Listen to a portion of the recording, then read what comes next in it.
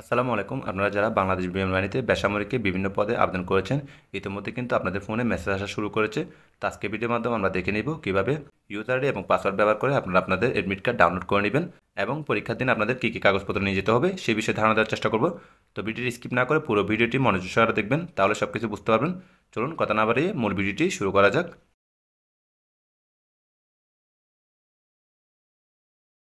তো এখন আমরা দেখে নিব এই ইউজার আইডি এবং পাসওয়ার্ড ব্যবহার করে কিভাবে এডমিট কার্ডটা ডাউনলোড করে নিতে হবে।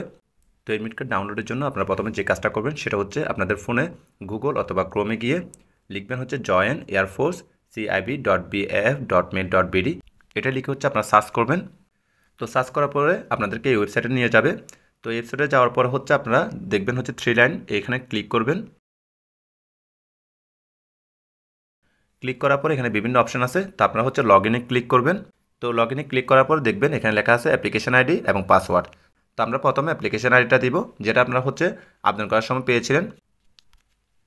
অ্যাপ্লিকেশন আইডি এবং পাসওয়ার্ড দেওয়ার পরে আপনার লগ ইনে ক্লিক করবেন। ক্লিক করার পরে এখানে লেখা আছে দেখেন ডাউনলোড অ্যাডমিট কার্ড এবং ডাউনলোড অ্যাপ্লিকেশন ফর্ম। তো যদি আপনারা অ্যাপ্লিকেশন করার সময় যদি অ্যাপ্লিকেশন কপিটা ডাউনলোড করে না থাকেন, এখান থেকে কিন্তু আপনারা সেম ওয়েতে কিন্তু ডাউনলোড করে নিতে পারবেন। তো আমরা এখন নিব হচ্ছে ডাউনলোড অ্যাডমিট কার্ড, অর্থাৎ আমাদের কিন্তু এখন অ্যাডমিট কার্ডটা প্রয়োজন, সেজন্য আমরা অ্যাডমিট কার্ডটা নিব। যখন ক্লিক করা হয়েছে ডাউনলোড অ্যাগেন দেখাচ্ছে, এখানে ক্লিক করলে কিন্তু আপনাদের অ্যাডমিট কার্ডটা ডাউনলোড করা হয়ে যাবে। তো এডমিট কার্ডে মূলত আপনাদের নাম, পিতার নাম, মাতার নাম, রোল নাম্বার, মোবাইল নাম্বার এবং পরীক্ষা কোথায় হবে, কখন হবে এবং পরীক্ষার সেন্টার সব কিছু কিন্তু দেওয়া আছে এবং কোন পোস্টে আবেদন করছেন সেটাও কিন্তু লেখা আছে।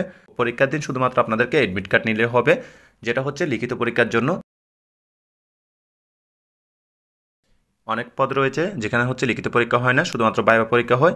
তো সেই সকল পদের জন্য আপনার এডমিট কার্ডের পাশাপাশি সকল কাগজপত্র, মূল কপি এবং সত্যায়িত কপি অর্থাৎ সার্কুলার যেটা যেটা লেখা ছিল সবগুলো কিন্তু আপনাদেরকে নিয়ে যেতে হবে। এবং কেউ যদি এডমিট কার্ড ডাউনলোড করতে না পারেন, স্ক্রিনে দেখানো হোয়াটসঅ্যাপ নাম্বারে যোগাযোগ করতে পারেন। তো এই ছিল মূলত আজকে ভিডিও, আশা করি বুঝতে পারছেন। যদি কারো কোনো প্রশ্ন থাকে কমেন্টের মাধ্যমে জানাবেন। তো সকলকে ধন্যবাদ। আসসালামু আলাইকুম।